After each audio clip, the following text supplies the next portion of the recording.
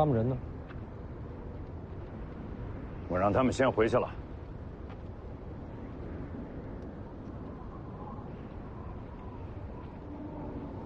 在看什么呢？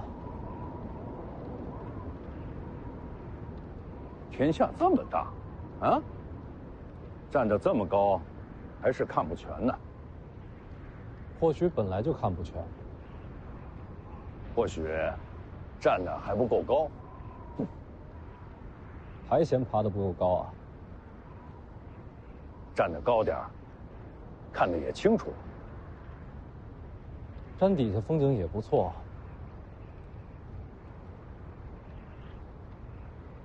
丰年，按古里说，行过籍贯之礼，你就算是长大了。又想劝我接受北凉？不急啊，这事儿你可以慢慢的、仔细的去想。那你想说什么？我是想说，在今天之前，你还是个孩子，是，年轻真好，啊，但就是这个眼光行事不够周全。不过也没什么，我这个当爹的呀，就好比是一把大伞，啊，把那些风霜雪雨替你挡得远远的。所以啊，你做不了的决定，当爹的替你做。什么决定？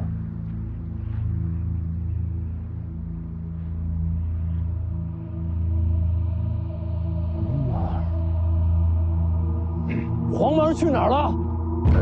已经出城了。别急，他会回来的。你不想杀宁峨眉，又想让你弟弟留在北凉，啊，我只能替你找出这第三条路。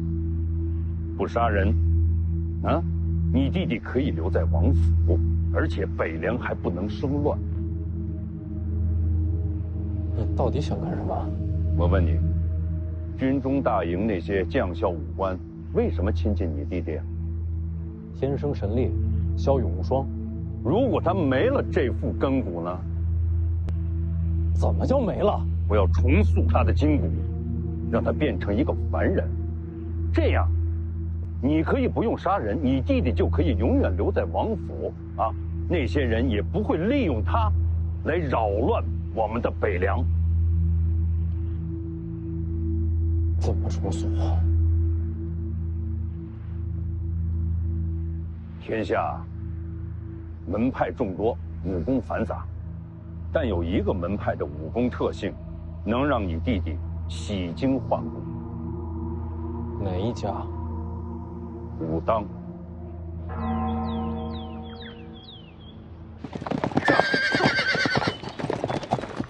这。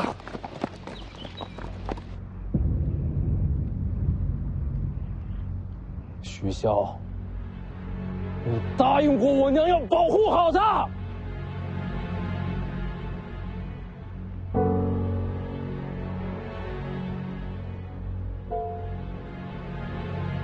我答应你娘，是保护好你们。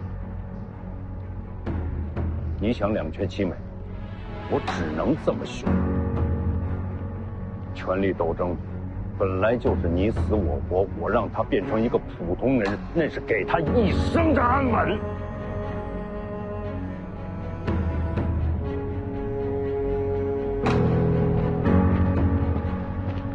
嗨，要想让黄满儿留在北凉，只此一路。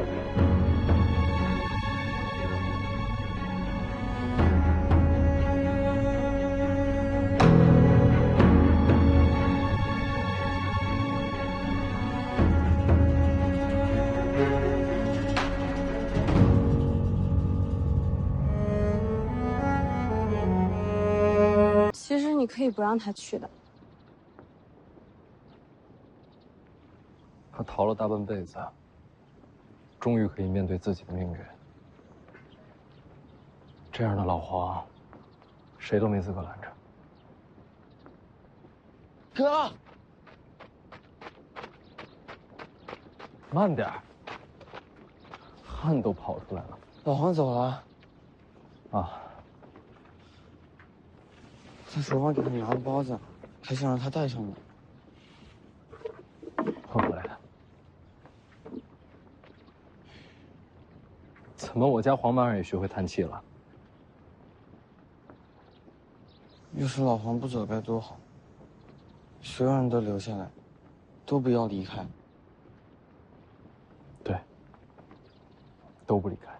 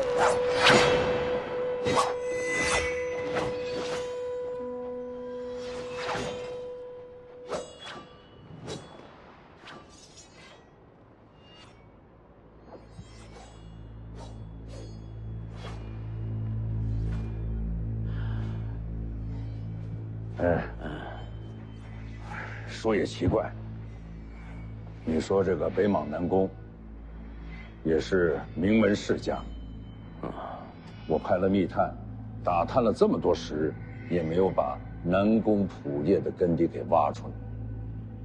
你该相信你儿子的眼光。就这位，有多大功底？从一品，给他10年，可拜尽众生。哦，这么说，咱们家凤年捡了一大宝贝。啊，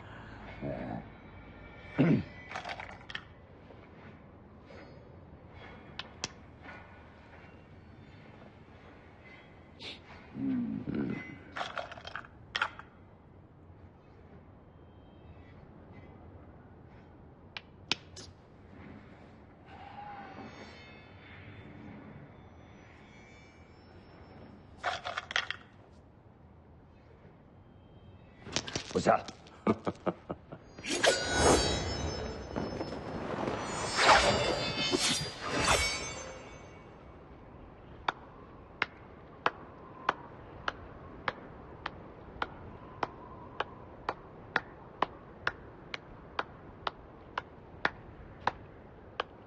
宗师风范。宗师该是什么风范？好看。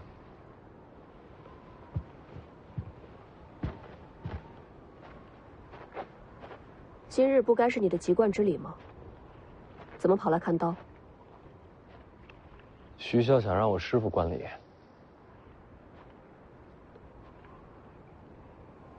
会下了吗？不会。为什么？这儿是他给自己搭的囚笼。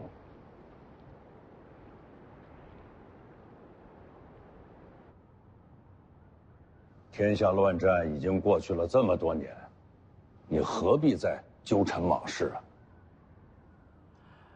你还记得当年天下人是怎么说我的吗？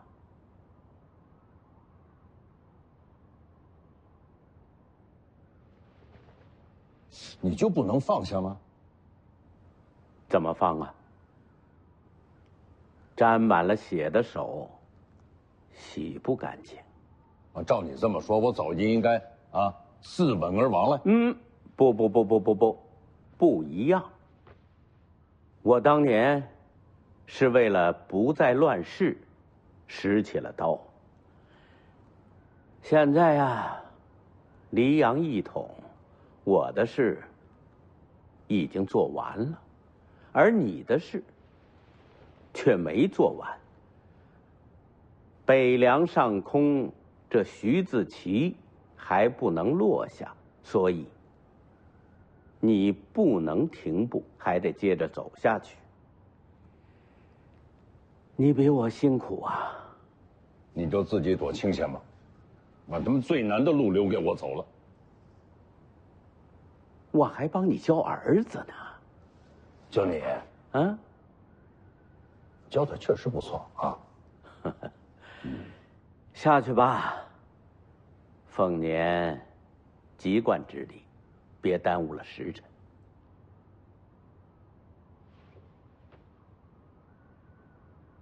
哎，李义山是你师傅，难怪你不肯学武。以心治理，好过冲阵杀敌。只是这样的人，最多做幕僚，却难以令三军归心。若是我接掌北凉，怕是难以服众。你是想这么说吧？你都知道，为什么还不肯学武？一个文武双全的师子，你觉得能活多久？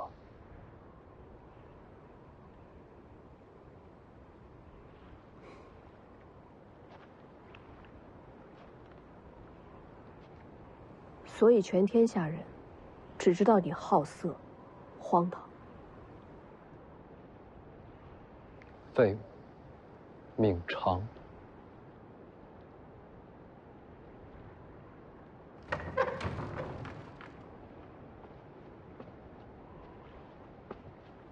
你该走了。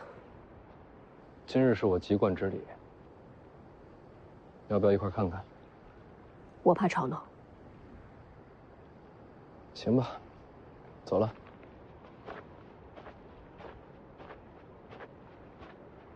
师傅还是不肯下来。哎呀爸，就他那身子骨，哼，这么冷的天，他肯定吃不消的。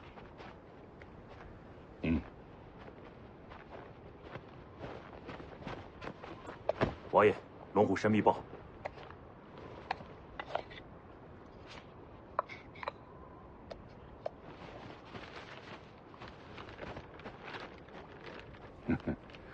老黄已经离开了龙虎山，正在前往武帝城的路上。早点打完，早点回来。东海王先知，岂是凡人可敌的呀？今天是你的籍贯之礼，不说这个，走。等等，宗庙是在这边。我知道。籍贯之礼应该去宗庙才对。我给他改了，按照古制，要祭天地、祭先祖，都不用祭。不祭天地、不祭先祖，那去哪儿行籍贯之礼？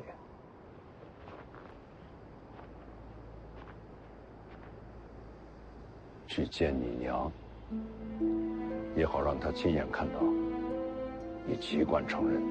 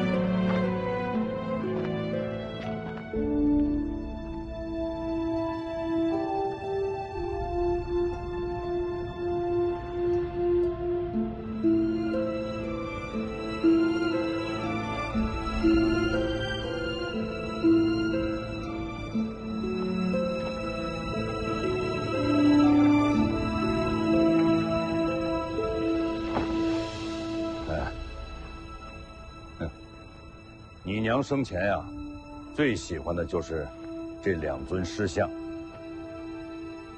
那边是你的2个姐姐和黄满儿，只有你在这一侧。你娘对你的宠溺偏爱，从未有过止境。都说我徐骁是一个疯癫残暴、不识礼数的粗鄙之人。我认了。今天你的籍贯之礼不祭天地，只拜你娘。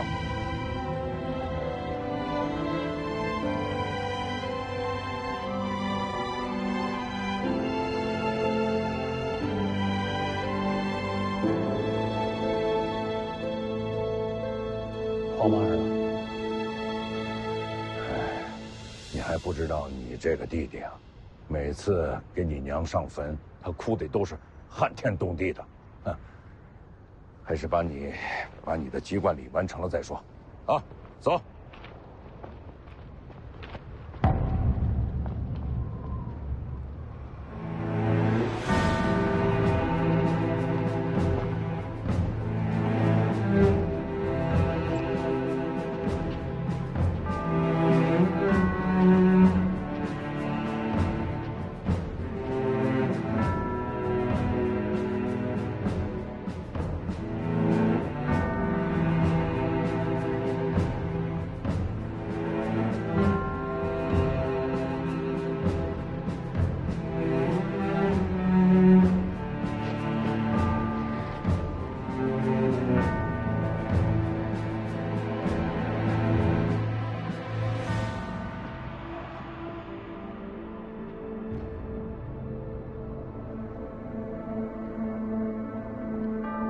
诸子籍贯便已成人，你也可以感到欣慰了。取冠一服。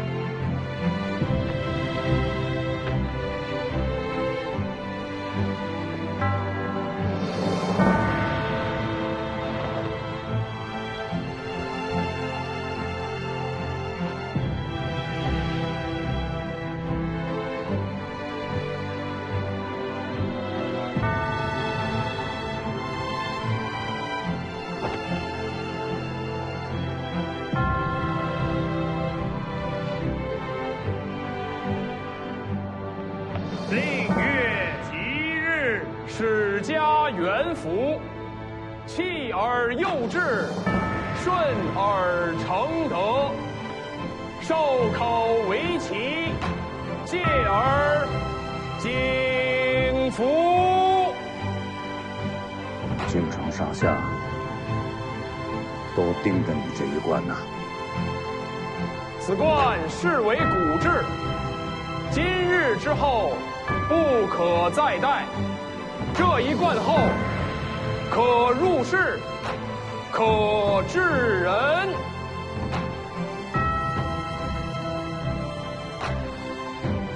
除冠一服。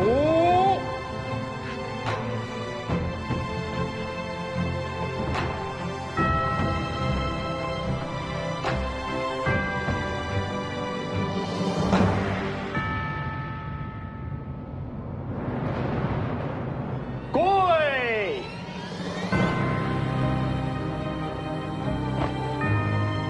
吉月令臣，乃身尔服，敬而威仪，殊甚尔德，眉寿万年，永寿无福。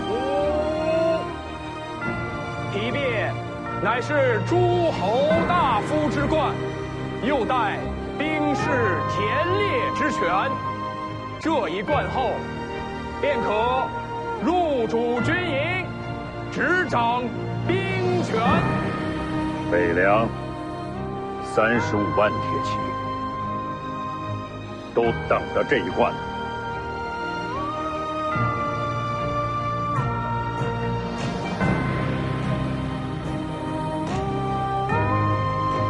除冠一服。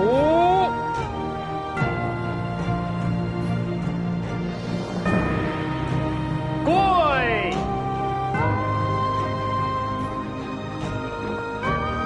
以岁之政，以月之令，贤家尔服，兄弟俱在，以成厥德。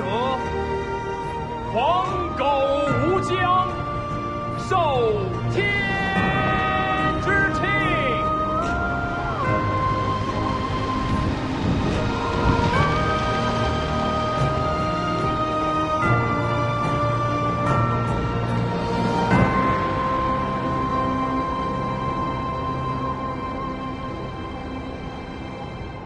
这第3冠本该是爵变，受宗庙祭祀之权。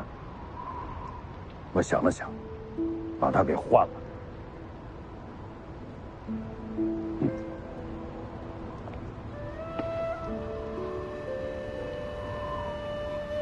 此冠不合礼制，亦无典故，可以说它什么都不是。天上地下，没有人会在乎他，除了你娘，因为这是她亲自为你缝制的。你母亲缝制它的时候，就盼着能够看到你戴上此冠。现在，她终于瞧见了。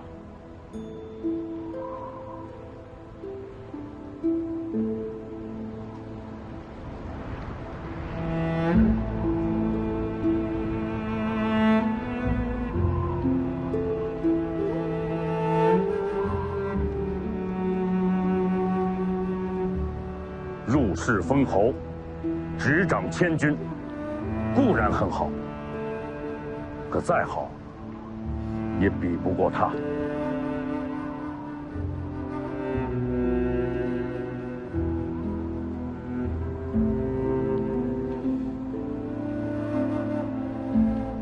是啊，什么都好不过他。来。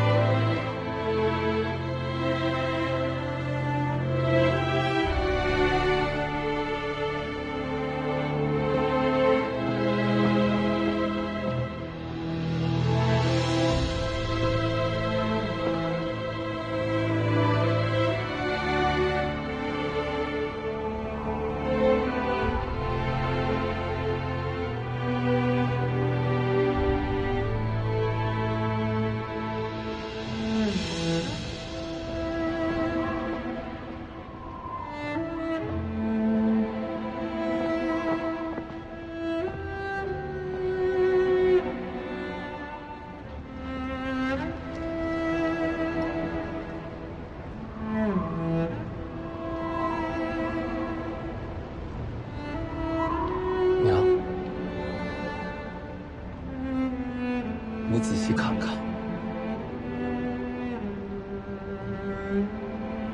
凤年长大了。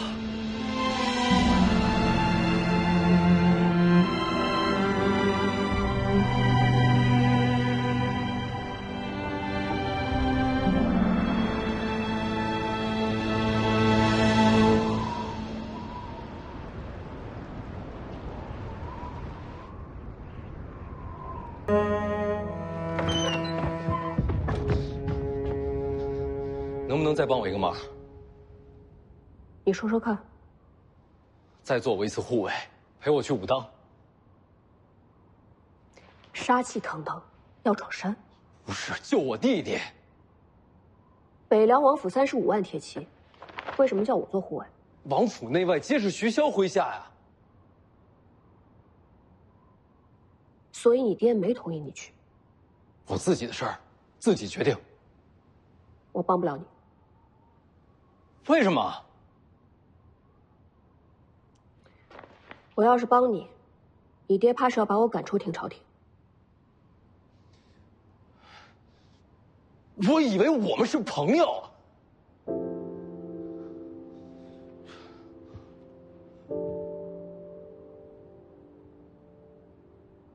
你知道我为什么要留在廷朝廷吗？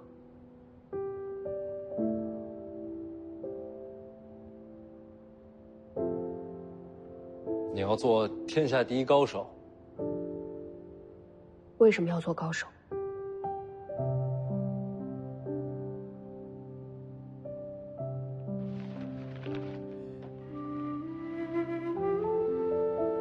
因为只有这样，我才能完成自己用血写下的誓言，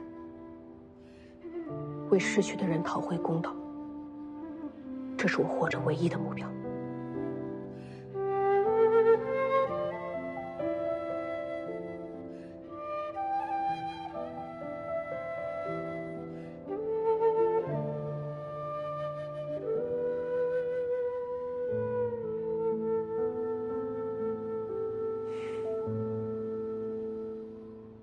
对不起。不用对不起。虽然我没有帮你，但府上有一个人，不在你爹的麾下。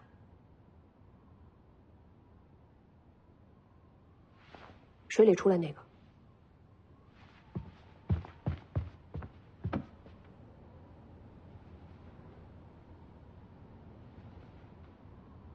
我怎么把他给忘了？多谢。等等，秀东借你防身，回来还我。我不会武功，怕辜负了这刀。就当是朋友，尽的心意。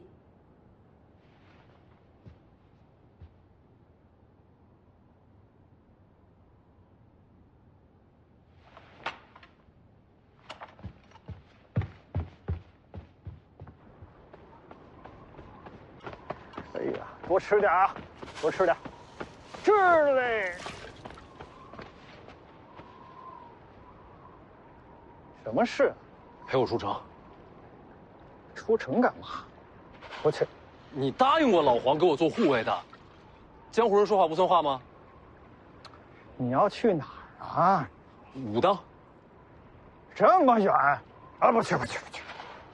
哎，言而无信，传出去可不好听啊。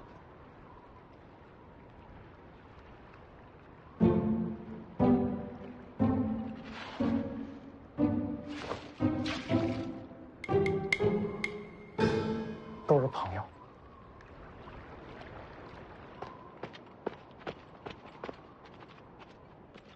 徐骁，你看看，一匹也没有。你爹把马都收走了。先出去，街上有骡马市，大不了现买。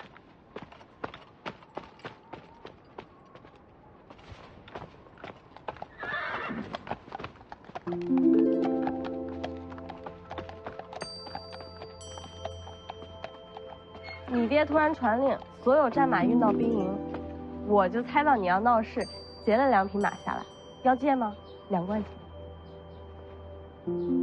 我可说清楚啊，以你爹的手段，灵州城内你保证1匹马都买不到。谢谢啊。说了要钱的。我知道，2贯钱回来给你。我可不是要帮你啊，你离开北凉最好，见不到你我才轻松。前辈，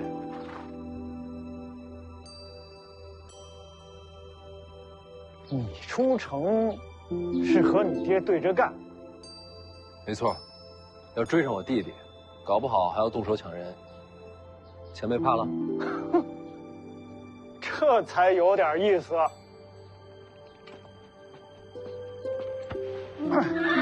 走。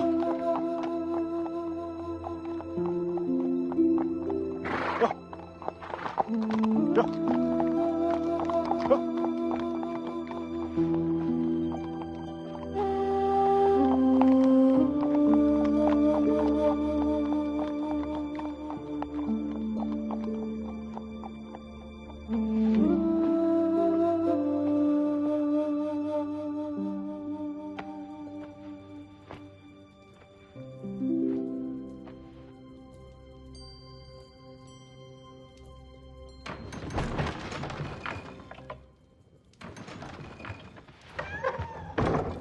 来看看你缺点什么。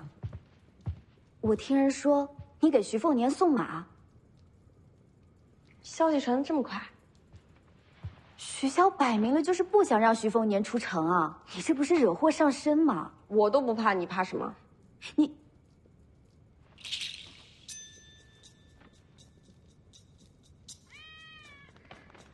怎么？你们2个势不两立。这家伙太贼了，每次都杀不着。你居然还没事？怎么没事儿？动刀不中就得罚钱。你为什么要杀他？他抢我钱，从小就欺负我。这可算不上理由。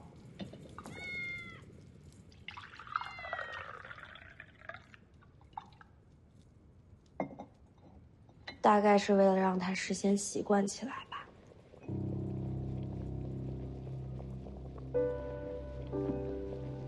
习惯什么？习惯我们俩终究要分生死的结局。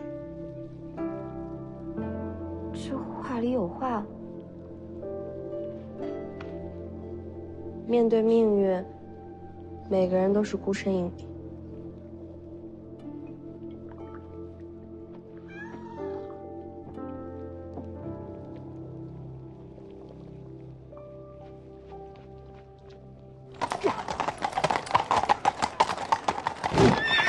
城门打开，凤子营受命封城，若无军令，任何人不得出城。你知道我是谁吗？王爷的命令里说了，尤其是世子不可出城。要不要杀出去？他们也是奉命行事，不应该付出性命。换个城门看看。徐骁不会留这样的漏洞。那就找熟人走人情。我算是明白为什么徐骁要让楚如山送黄麻儿去武当了。你爹把什么都算死了，一点机会也没给你留。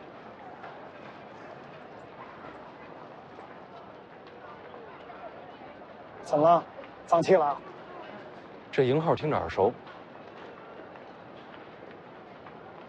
想起来了，走。走。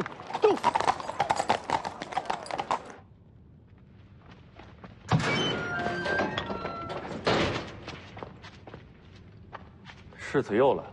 灵州城外，我是第一次见你。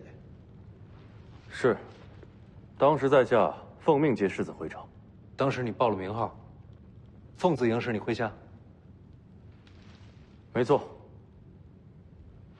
走。哎，干什么？帮我开城门。城门怎么了？你家凤子营现在正在封城。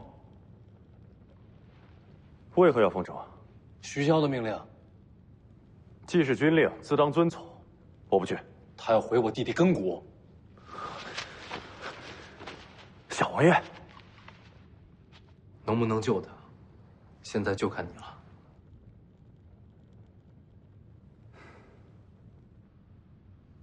徐凤年是用手令入的地牢。那令牌是他师傅给的。宁峨眉定会下令开城门。他是凤子营主将，他的话对凤子营就是军令。宁峨眉最佩服的就是黄蛮儿，他一定想去救他。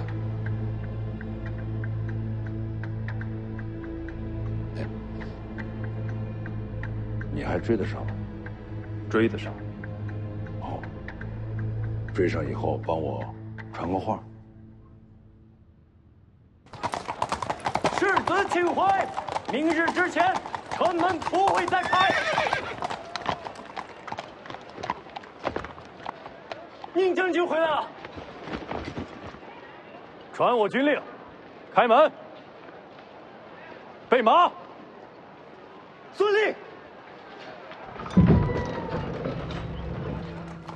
上。上。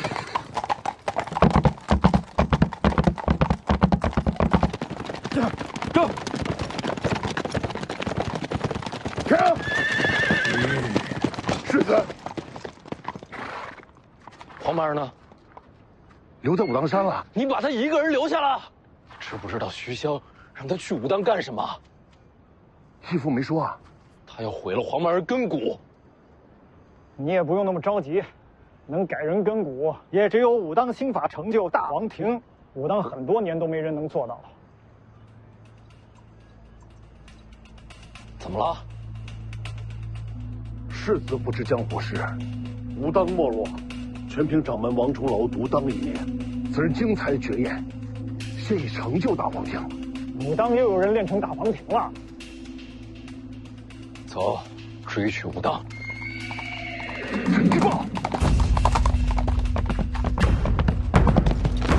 世子先走，我挡着他，逃不掉了。有话带给你，请说。义父让我传话给你。凤年，你已经成人，是该学会做抉择了。黄蛮儿之事本就两难，既然你已追去，就由你来决定结果。他的意思是让我去武当。你若想保徐龙将一身神力，就要回到最初抉择，要么让他离开北凉不再回来，要么就学会杀人。杀人？杀谁啊？武当你可以去，北凉军必须回灵州。宁峨眉、楚禄山，跟我回去。管到我头上了。他说的对。世子，北凉军已是皇室心头大患，长时间不在驻地，天知道会引来怎样的猜忌。你们得回去。是。还请世子念在手足之情，护住小王爷周全。一言为定。行。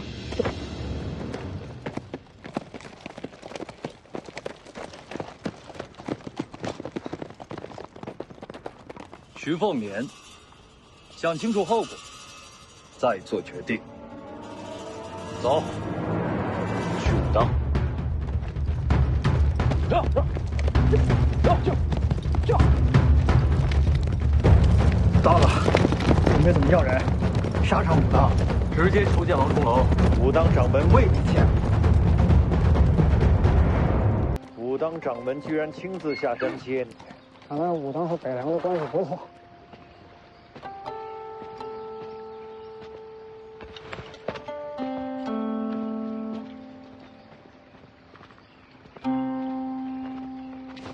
王重楼见过世子。黄蛮儿呢？谁把他留下的？掌门师兄。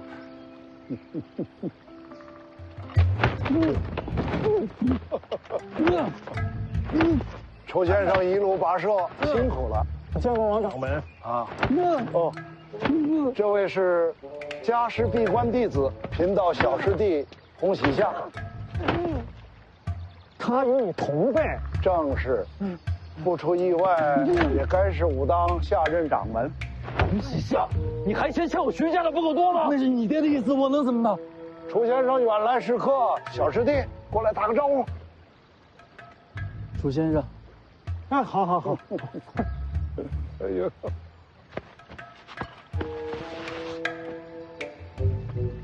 带我去见他。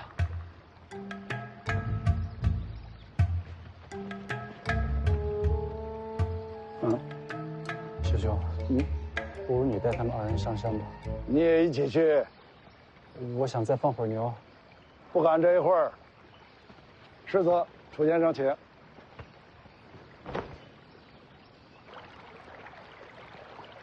来来，世子，请。请。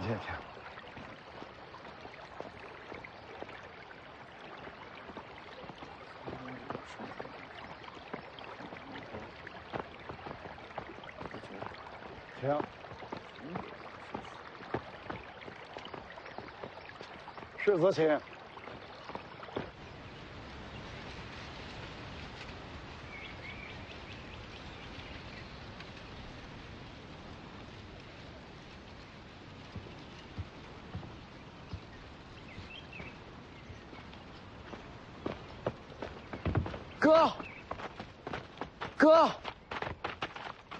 哥，我刚想你，你就来了。你还好吗？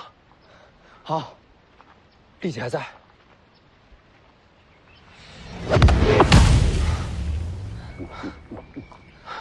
那就好，走，跟我回家。怎么了？爹说了，我不能回去。我说能回去，我说了算。可是爹说，如果我回去，会给哥带来麻烦。我不怕麻烦。世子莫要急躁，不如先让心静下来。你要拦我？世子的家事贫道怎敢拦？我只是劝世子想清楚些。小王爷若是回了北凉，等着他的会是什么？我守着他，不会让他被人利用。你能寸步不离，守他一辈子吗？为何不能？世子难不成要用铁链子锁住小王爷？我知道世子与小王爷兄弟情深，可是世子想过没有？如果支持小王爷的人对世子动手呢？我接着。如果支持世子的人对小王爷动手呢？谁敢？权力之争，什么事做不出来？你这么带他回去，是把小王爷往绝路上推。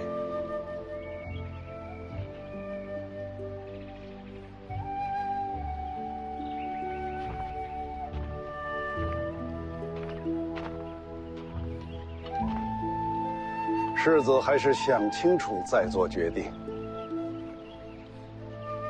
走，你带他去哪儿？我带小王爷逛逛武当。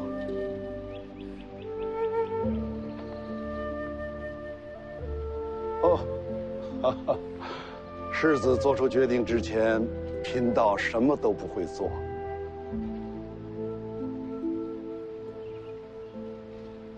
我不走，就住在这儿。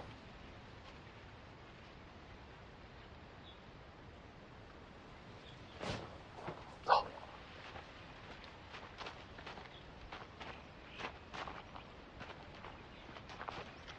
好些年没来武当了，我四处看看。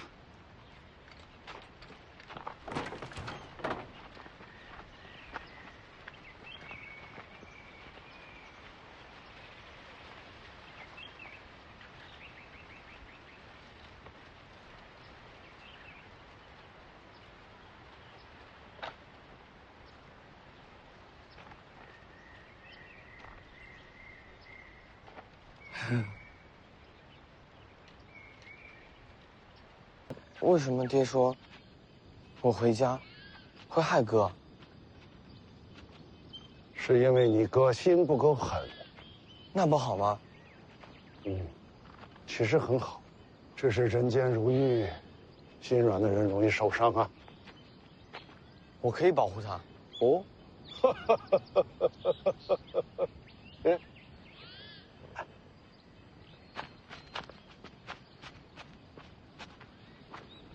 师弟怎么出紫竹林了？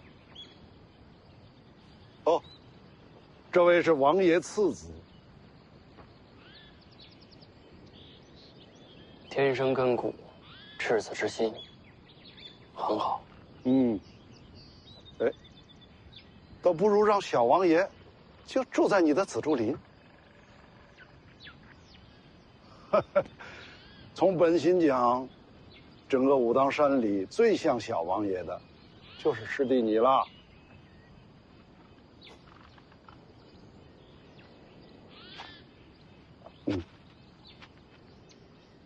可以。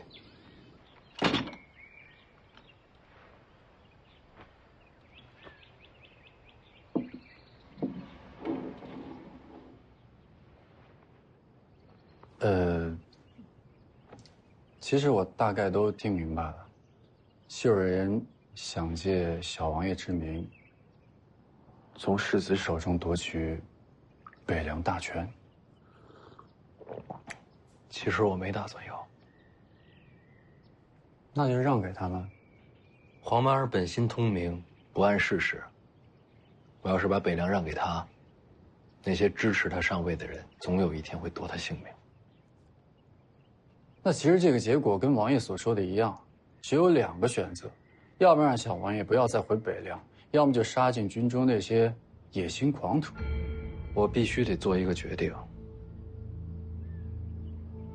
可是想借小王爷身份搅乱局面的人到底是谁？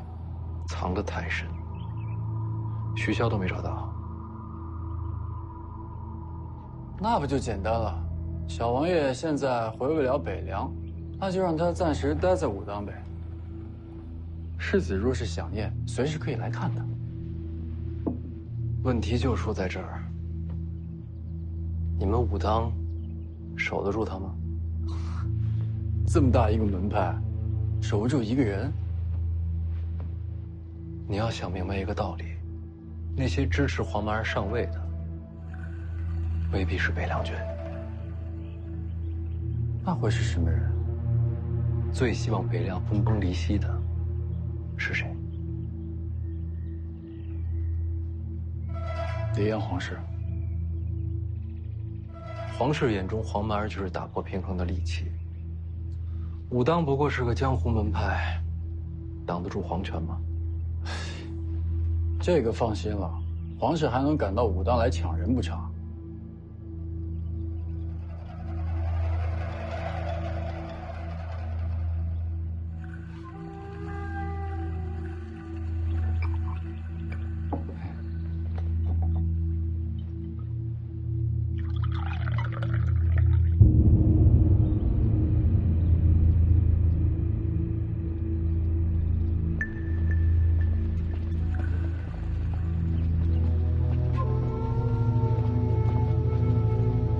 孙雕四，确认徐家兄弟行踪了。回公主殿下，徐凤年和徐龙象皆已离开灵州，先后奔武当而去。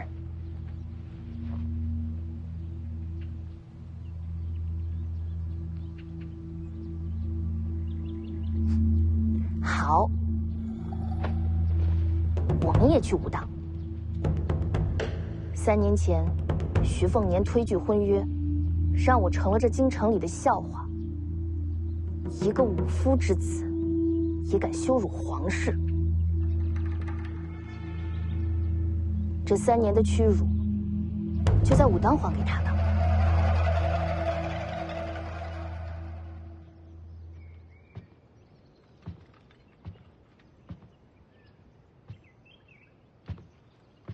那小道士咋了？怕我打他，溜了。那你弟弟的事怎么办？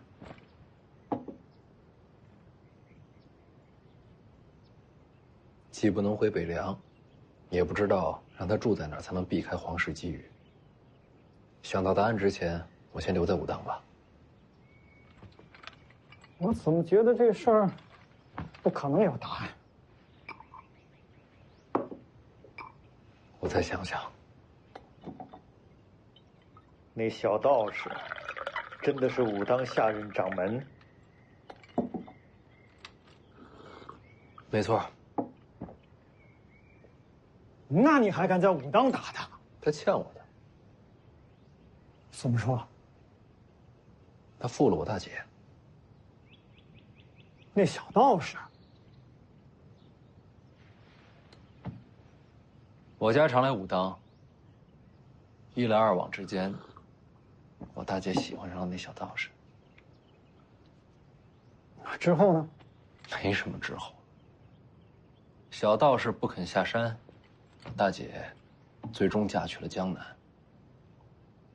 他答应过下山吗？从未说过。那就怪不到他了。虽然没说过，但谁都看得出来，洪喜相喜欢我大姐。既然两情相悦，为何没有结果？他家掌门阻挠。这家伙自己发了个誓，不成天下第一，绝不下山。那他岂不是这辈子都不能下山了？偏偏我大姐也不肯再上山。算了，这都不重要。现在最重要的是黄曼儿的事儿，在想出结果之前，就委屈前辈也住在这儿吧。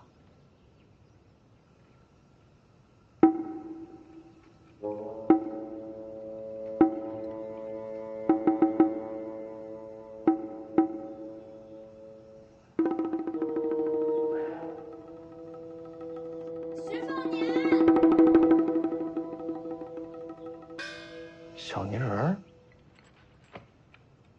我耳鸣了。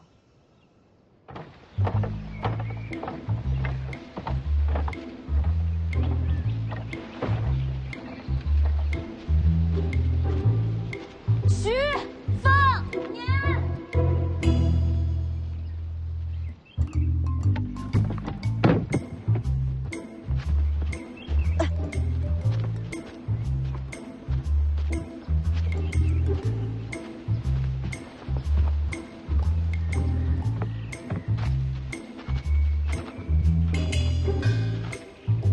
还真是你，你怎么来了？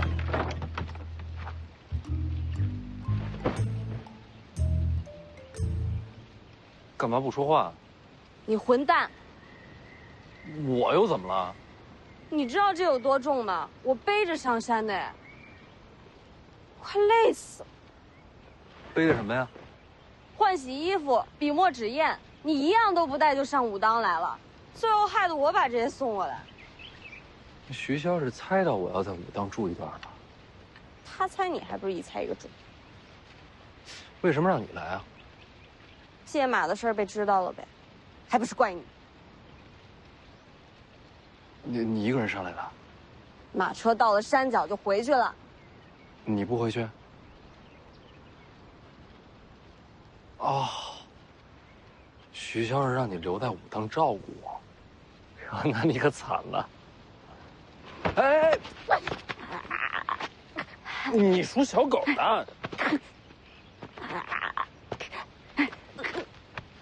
哎，这屋子让给你们住，我自己找地方。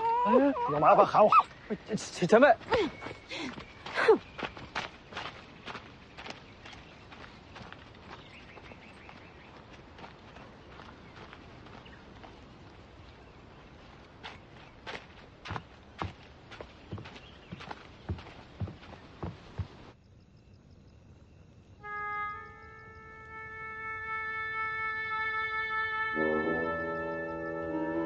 哎呀，这屋里实在是摆不下第二张床。行吧。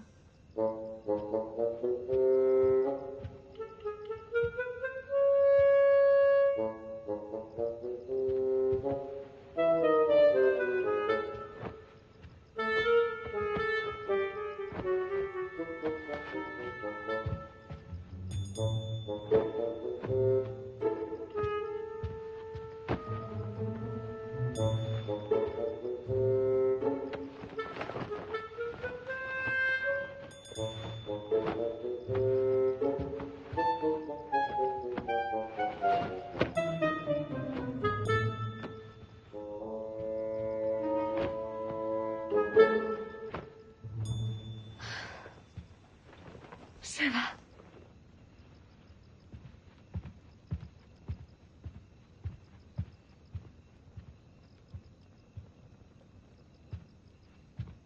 啊，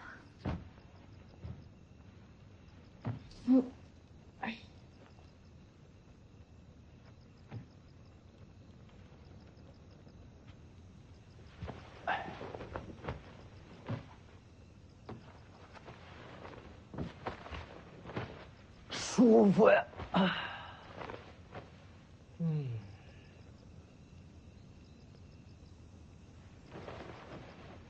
你想清楚啊！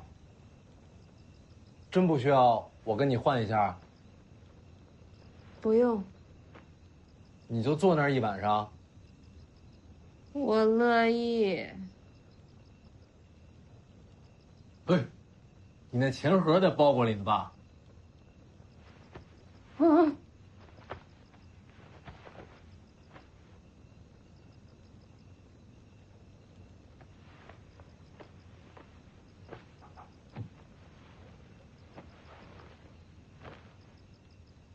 舒服呀，估计是累坏了。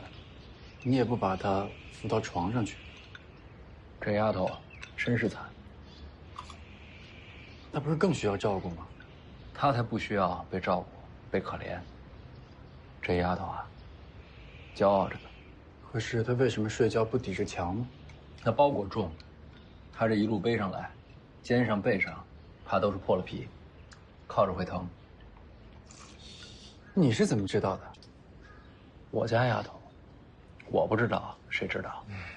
我真是搞不懂你们。醒了，来吃早饭。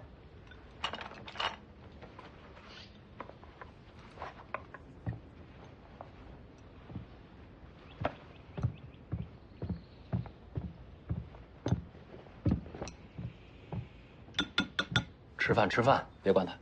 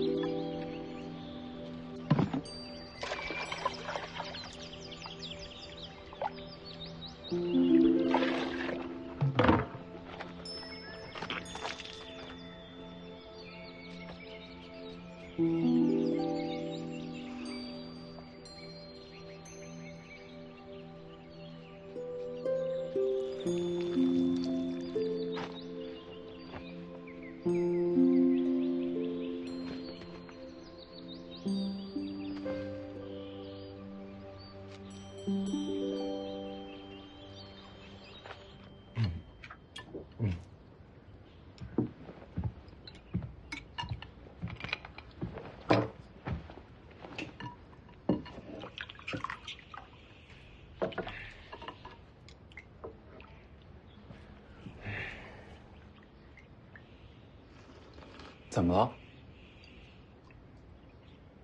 有菜吗？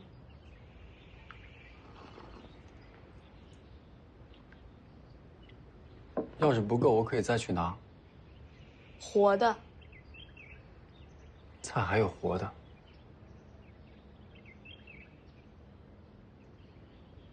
这道士是傻的吗？人家是武当下任掌门。世子，这到底什么意思啊？他是问你有没有菜籽瓜苗之类的。可这怎么是活的呢？没出土之前，不是活的，是死的吗？姑娘说的对，是活的。姑娘要这些做什么？种啊。我们有菜，可以给你送来。自己种不行吗？行倒是行，但是我们没有菜籽瓜苗。那你们自己吃的菜从哪来的？我们武当倒是有一个菜园子。带我去。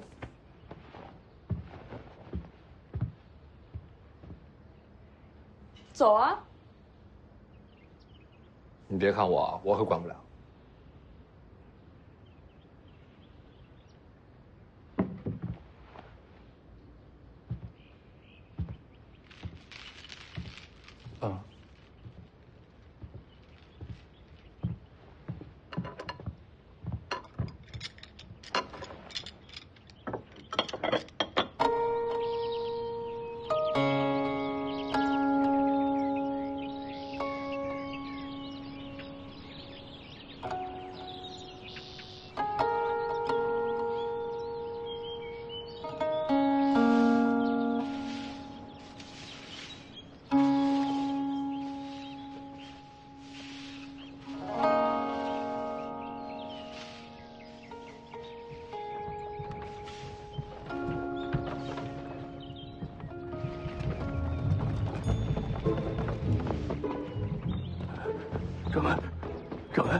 这不是菜头吗？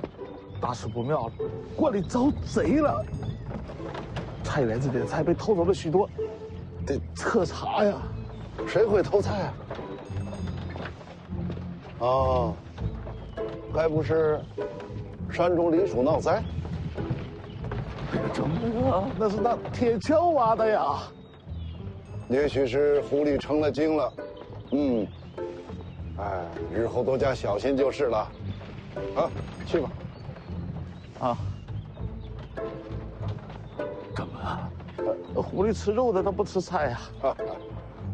夫玄道者，得之乎内，守之者外，用之者神，忘之者气。此中要言，你可要自己参透，不要事事都问掌门。用之者神，忘之者气。用之者神，忘之者气。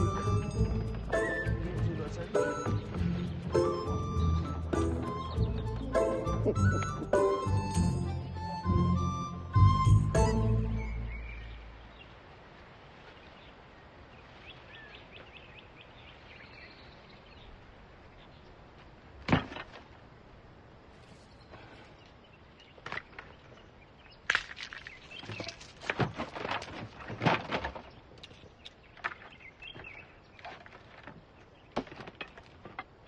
叫你姑娘，你偷菜这件事情，千万不能让掌门师兄知道。我让你带的路，菜也是我挖的，让他找我，跟你没关系。还是守密为好。你怕他？他打你？掌门师兄，他不打我。那你怕他做什么？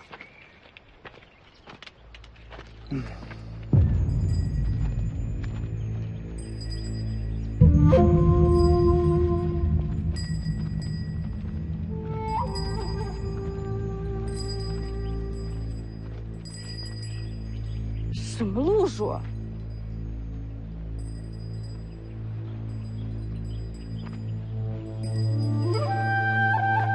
红岭3天正法，龙虎山。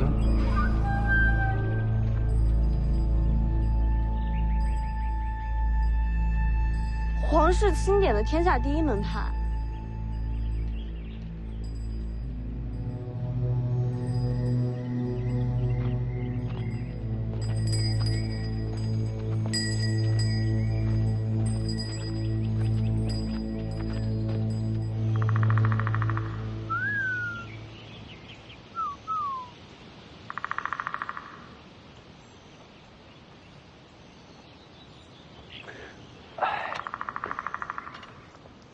其实待在武当也挺好的，不像留在北凉，整天都要提心吊胆，揣摩人心。就是吃饭全是素的，他受不了。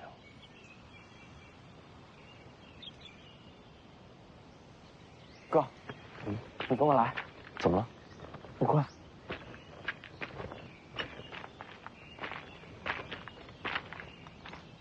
哥，这里。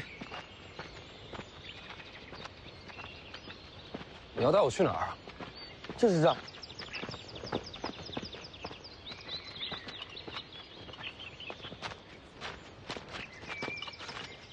你就住这儿啊？对啊，里面有个小木屋。哥，你等我一下。哎。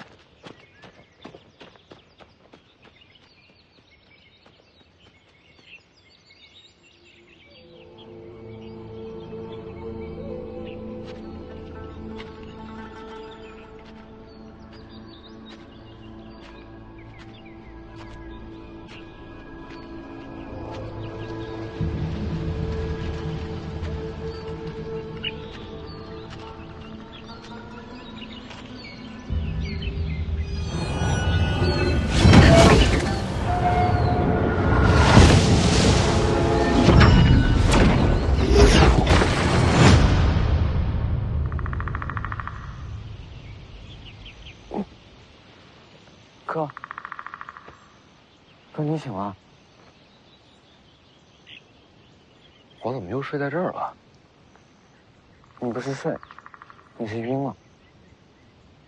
为什么会晕？木剑道士把你打晕了。木剑道士，住在竹林里那个。嗯。他也是武当的，他没打你吧？没有，木剑道士是我心境。他用什么把我打晕的？剑气。剑气。武当还有这种天才？哥。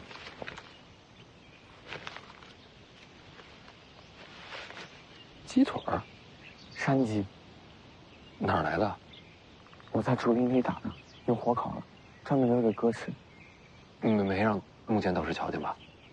他看到了。没拦着你？我记得武当戒律挺严的呀，这什么道士啊？木剑道士人挺好的。你喜欢这儿？那要不咱们一直待在这儿？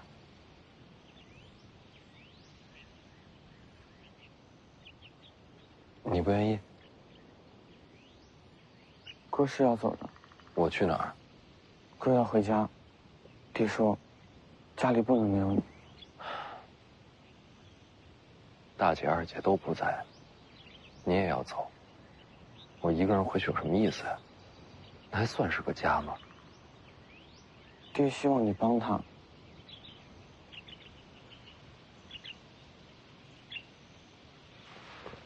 黄曼儿啊，你知不知道徐骁送你来武当是为了什么？知道。你知道什么呀？拿着我的力气。他连这都告诉你了？告诉我。那你还这么听话的赶过来？爹说我没了力气，哥就不会有麻烦了。你怎么那么傻呀？我傻没事，哥聪明就好。啊，吃肉哥。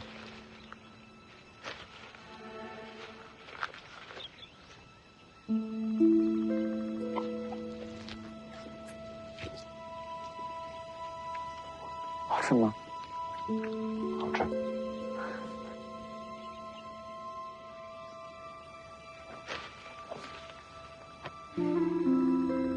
老板儿，哥不怕麻烦，我就守在这儿，谁也别想把你带走。你恐怕守不住。前辈，这些天都没怎么见到你。在山里闲逛。您刚才说我守不住，是什么意思？龙虎山来人了，找他的。人呢？在你屋子门口，架势挺大。黄曼儿先回林子里，不是哥叫你，绝对不要出来。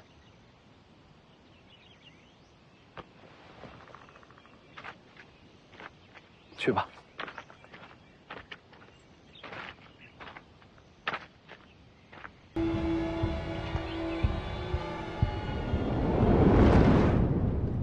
掌门，能确定是龙虎山的人吗？可别被招摇撞骗的人蒙过去了。我亲眼见了，来的是赵熙团。赵熙团，龙虎死天师里的赵熙团，正是。掌门，龙虎山如今如日中天，天师亲临武当，咱们可不能不管不顾啊！是啊，这样是想想办法。小师弟，你说呢？我觉得咱们教派叫武当，也不代表整个武当山都是咱家的。咱不是占山为王，这么大座山，想逛就逛呗。啊，那毕竟是龙虎天师啊！对呀，什么龙虎天不天师了？反正都是来找徐东相的，跟咱们有什么关系？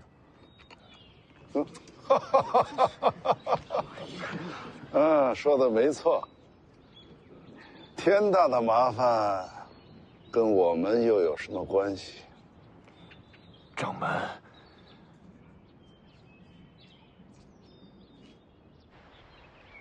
徐凤年，正是。徐龙象在哪儿啊？让他出来。贫道要带他回我龙虎山。敢问阁下是？龙虎赵熙团。赵熙团？竟是天师亲临啊！那怎么能站这儿呢？这岂不是怠慢了天师？天师，屋里聊。徐龙象在哪儿啊？我这就去找他。天师先进去喝杯热茶。好。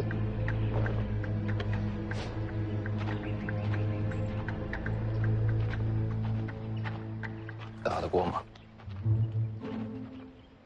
打了才知道。一会儿我正面吸引他注意力，你绕到背后偷袭。你可是龙虎山天师，我管他天师地师，敢打我弟弟主意，一个都不放过。那后面这么多道士怎么办？刀往天师脖子上一架，我看谁敢动手。你闹这么大动静，龙虎山不会放过你。没事，就说武当掌门让我们干的。天大的麻烦，甩给武当接着，谁让这儿是武当山呢？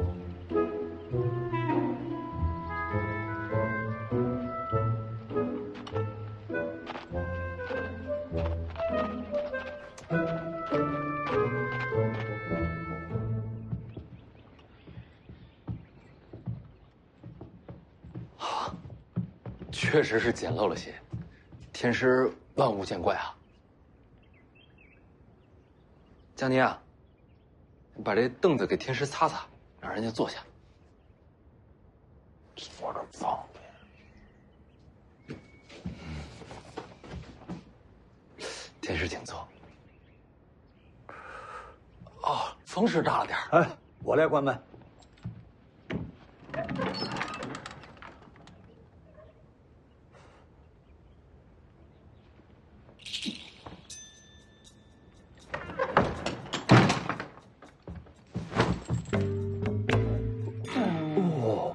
不是说要喝茶吗？茶叶在哪儿啊？啊，茶叶呢？茶叶呢？茶叶，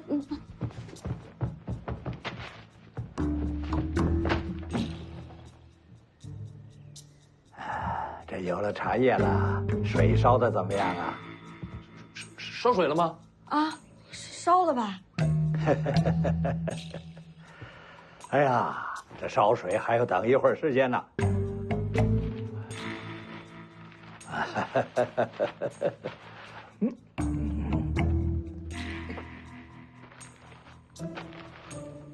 哎，世子不必惊慌，也不要误会，贫道这次来的目的就是要带小王爷回龙虎山。那我就没误会了。